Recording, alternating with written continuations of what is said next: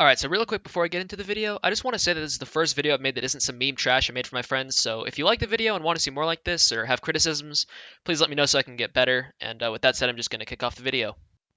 So if you guys don't know who Wildcard is, they're a squad formerly known as Gambino, and they've been a top-level threat in the North American scene for quite some time now.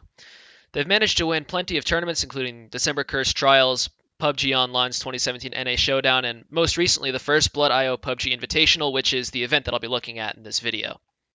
So the way that Wildcard won this event is actually pretty interesting for a couple of reasons. The first being that they didn't actually win a single map in the entire best of 5, and the second is that they completely decimated the competition in terms of both their kill count and point total.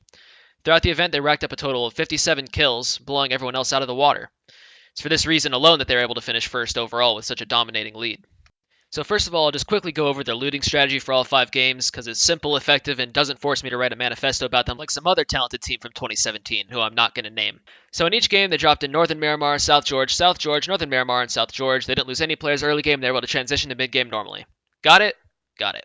Now instead of going over the entirety of all 5 games, I'm only going to focus on Game 2 since that was Wildcard's highest fragging and placing game. To begin with, this game was on Erangel, and as I had mentioned, they started this game over at Southern Georgopol. The first highlight of the match actually comes right at the start in response to the placement of the first circle, which popped right on top of Military Island. One might think that for Wildcard this is the worst case scenario, but they managed to twist it to their advantage brilliantly. Being in Georgopol, Wildcard's options are limited. They have essentially a 0% chance to make it to a central location of the circle, and other teams are closer, people will be watching bridges, etc. To get to the middle of the circle, Wildcard would have to fight through a minimum of full 2 teams, which is far too risky at this level of play. They could also try to find a boat, either in Georgopol or Primorsk, and take it to the back of the island.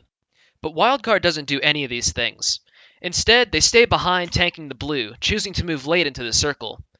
See, they know that moving early wouldn't benefit them given their distance to the circle, so they stay behind to get more loot and to see if any options open up for them. Wildcard start out with a couple of frags onto Optics, Hetror, and Bahawaka, and then start to make their way down towards the Military Island, so that by the time they make their way down to Primorsk, the second circle shift has already appeared on the map. Once more, it's shifted away from them. But unlike most situations where the circle jumps away, this situation is beneficial for Wildcard, and exactly what they needed. The circle moving away from the bridge they need to drive over means that it's unlikely that any other teams will be camping the bridge, as they would be pushing towards a central location, allowing Wildcard safe passage with their vehicles onto Military Island. Because they stay behind in the blue for so long, not only do Wildcard avoid the water crossing that so many other teams were forced into, they also retain all of the vehicles that they obtained on the main island, allowing them much more freedom when choosing where to move onto the Military Island.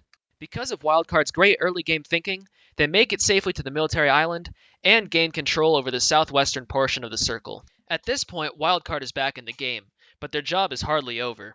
First, Wildcard decided to make an aggressive push up the steep slope and into a fight that was already going on, with Pride and Tumai instantly getting a kill each. After the shrink, the map has stabilized with the remaining teams relatively spread out. Off-screen, Kaisuko gets a double kill onto Gale Force, knocking them out of the game. Since the circle has gone fairly centralized, it forces most teams to move at least a little bit. Here, Wildcard decides to split into 2 groups, albeit very briefly. Tumai and Ashik stay behind, holding their position and getting into their vehicles, while Pride and Kaisuko push forward towards Nova, using the space on the higher ground they won moments ago. Tumai rushes and joins them, and takes out 2 members of Nova, while Ashik drives forward to take an aggressive space with his vehicle. Pride and Tumai eventually deliver the final blows to Nova to knock them out of the game. At this point, the only thorn in Wildcard's side is Totality. Wildcard has great cover to the north in the form of a cliffside, but that doesn't help them against Totality, who are towards their southeast. The eventual 4v4 between Wildcard and Totality is easily the largest challenge that Wildcard had to overcome this match. Totality and Wildcard trade back and forth, with multiple downs on both sides. But in the end, Wildcard comes out on top, thanks to a hail of grenades and admittedly some help from a lone straggler behind Totality. But their trials weren't over quite yet. As if on command, the circle had once again shifted to the polar opposite of where Wildcard currently sat. But while Wildcard had taken the initiative and ran a train on their side of the map, many teams elsewhere had not done so, and now were involved in other battles, unable to defend against Wildcard's push to the circle. Unfortunately, the circle is pretty awful for them. If they moved into the circle straight from where they were at, they would be vulnerable from multiple locations, most notably up the hill where Rush and a couple other teams were currently fighting it out. On the other hand, just to their right was a full squad of Ghost Gaming. Wildcard can't stay where they are. They know that if they do, they'll either be picked off slowly by teams up the hill, or they'll be caught in a pincer attack by Ghost Gaming. Recognizing this, they turn the tables on Ghost and pincer them instead, getting a squad wipe on them. What happens next is just a slobber knocker. Tumai gets taken out and killed by K-Mind, who himself was on the other end of the pincer against Ghost Gaming, and Pride gets killed as well, although he kills one member of Rush going down.